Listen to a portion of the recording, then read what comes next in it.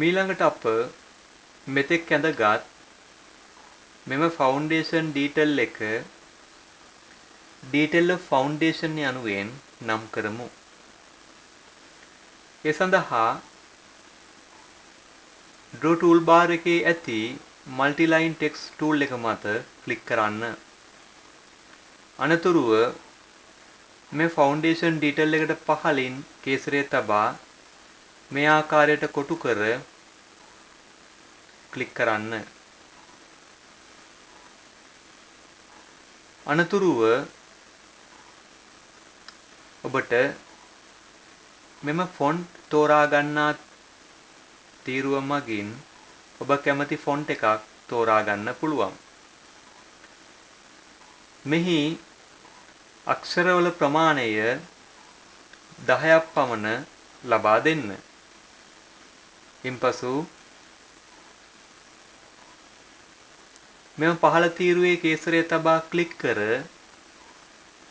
අප detail of foundation යනුවෙන් type කරමු.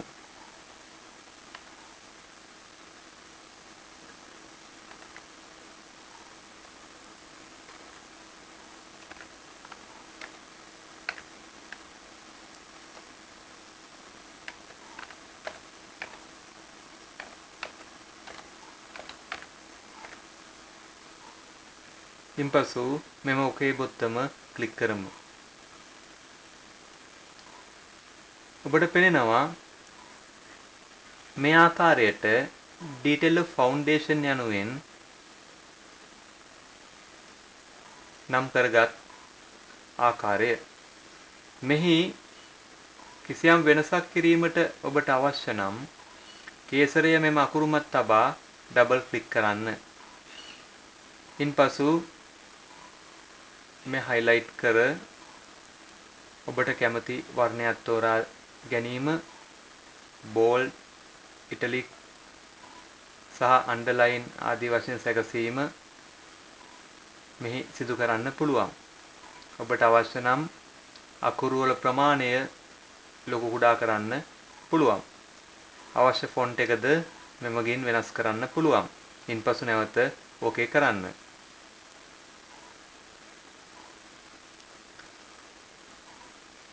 මීළඟට අප නැවතත්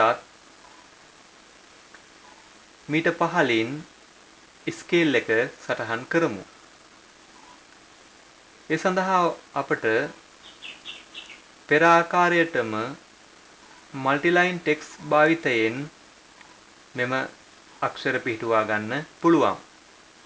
නැතහොත් මෙම detail of foundation යන වචනය කොපි කර පහළින් පිහිටුවා ගන්න පුළුවන්. ඉන්පසු එම පහළින් පිහිටා ඇති detail of foundation යන වචනය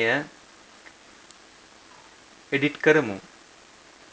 එම අකුරු මත කේසරය තබා ඩබල් ක්ලික් කිරීමෙන් එඩිට් කරන්න පුළුවන්. ඉන්පසු මේ highlight කර bold ඉවත් කර italic ඉවත් කර underline එක ඉවත් කරමු.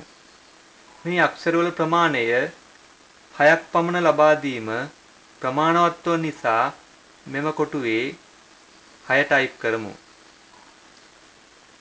ඉන්පසු අප ටයිප් කරමු මෙහි ස්කේල් 1:50 යනුවෙන්.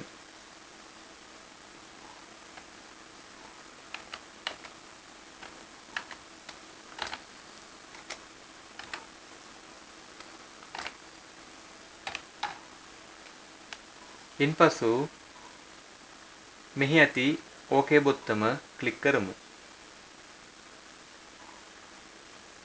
මෙම ස්කේල් යන වචනය මත ක්ලික් කර modify toolbar එකේ ඇති more tool එක මත ක්ලික් කර ඔබට පුළුවන් මෙය අවශ්‍ය පරිදි සකසා ගන්න.